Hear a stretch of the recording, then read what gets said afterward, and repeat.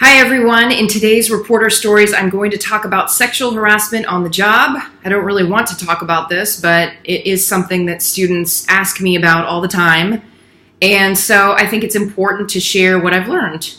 I have had a couple of incidences at different stations that I worked at where I felt, uncomfortable. And I had a particular situation at a station where there was a coworker who continually, every time he walked by me, would find some way to touch me, grab my waist, massage my shoulders, and I thought I was imagining it, and then it would happen pretty much anytime he walked by me. He would find a way to get close to me and do these things, and it just was so creeped me out. I know that there have been situations for coworkers that have been a lot worse than that, and that are very, very hard. For me, I would say that this was kind of like a medium level difficulty, and I'm glad that I don't have a story to tell that was like a super high level of difficulty to get through. But at the time, it was incredibly uncomfortable. I was young, and I had never dealt with a situation like that, so I was too scared. He was a superior and a lot older than me, and I was too scared to confront him in the moment. So I went to Human Resources and said, what should I do? I'm super uncomfortable. I do not want this guy's hands on me ever again. And her suggestion, God, I hope the Human Resources at this station has changed since then, was that I just go talk to him. So I really got no help, and that sucked. It was good practice for me to stick up for myself, and I went into his office, and the way that his desk was set up with this cubicle, I was kind of almost next to him. It was a tiny little cubicle. So I'm sitting here, and he's sitting in the other direction and puts his feet up on this desk thing on the other side of me so that his legs were right by me and his penis was right here.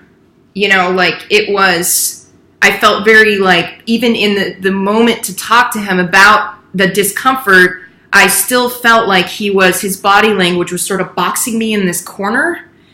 And so when the words came out of my mouth that I need to talk to him about how uncomfortable I feel with him touching me, he immediately put his feet down, backed up, and sat down in a professional way, the way that he should have sat down the second I came in there. So that showed me he knew his behavior was wrong. And I just very quickly got through it and said, I'm not comfortable being touched. Please don't ever touch me again. And he said, oh, I'm so sorry. And okay. And it never happened again, but it was awkward. But I don't care. I'm glad that I said it, but it was really, really hard. And here I am many, many years later, and I'm a lot more comfortable in my skin. If that happened today, I would have the strength to be able to say in the moment, hey, I'm not comfortable being touched. Please don't ever touch me again. And I really wouldn't I wouldn't care what he thought. But back then, as a youngster, I cared what everybody thought. And I was a nervous Nelly, and I didn't want to get in trouble. I didn't want to ruffle feathers. I didn't want people to think I was a complainer or this meticulous, she's a prude. I don't know, all these ideas of what people thought of me. And in my older age, that stuff doesn't matter. If you're uncomfortable in a situation, none of that matters. You're allowed to say, I'm not comfortable. Don't touch me. So that's what I would have done differently in that situation. And for anybody who is dealing with these situations, especially at a young age where you don't have a lot of experience with it and it might be a superior, I would suggest in the most kind and professional way that you can and the least emotional, grab it in the moment. If and when something like that happens, if you get touched or someone is making inappropriate comments, say it. Say it in the moment. Don't wait so that every day you come into work, you're oh, I hope they don't do it again. Just say it. I am uncomfortable when you talk to me like that. Please, let's keep it professional. Or when you touch me, I don't like it. I don't like being touched. I mean, and that also doesn't even make it about them. I don't like being touched. Keep it simple, to the point, get out. And then at that point, if they keep doing it, go to human resources. And of course, if you're super uncomfortable and you don't want to say anything, go to human resources and get some help.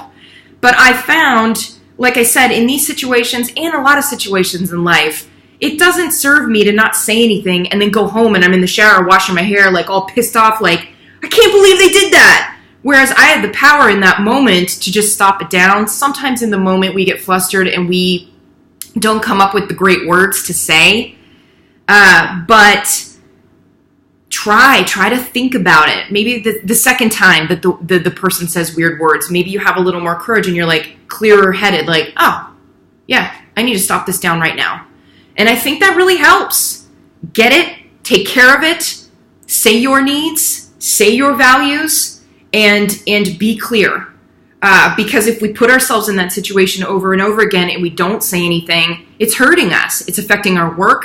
We're completely freaked out. I don't want that to happen again. I hope he doesn't touch me today. That's what I went through for months. And I didn't need to. Because the second I told him to stop doing it, he stopped. Which leads me to believe he probably done it before, but that's my assumption. And it doesn't even matter. But I wish I could go back to that young version of me and just say, dude, nip this. Like, just stop it and take care of it. But I was too scared. So always reach out for help. Obviously, if anything happens on a small scale, on a big scale, and also when I'm talking about these scales, like what's small scale for me might be big scale for someone else. So it's your own personal values and, you know, what your comfort levels are. And it doesn't really matter what anybody else thinks. If it matters to you, you have the right to speak up and say, you know, what's important to you and what's okay with you and what's not okay with you. And always reach out for help. That's what human resources is there for. And I believe all these years later, you know, I think there's a lot more help available to people. And I think that's really awesome. And we should utilize that, you know, when we're feeling uncomfortable. So that's my main story on it. Reach out for help, talk to someone, and don't let it go on any longer than it needs to.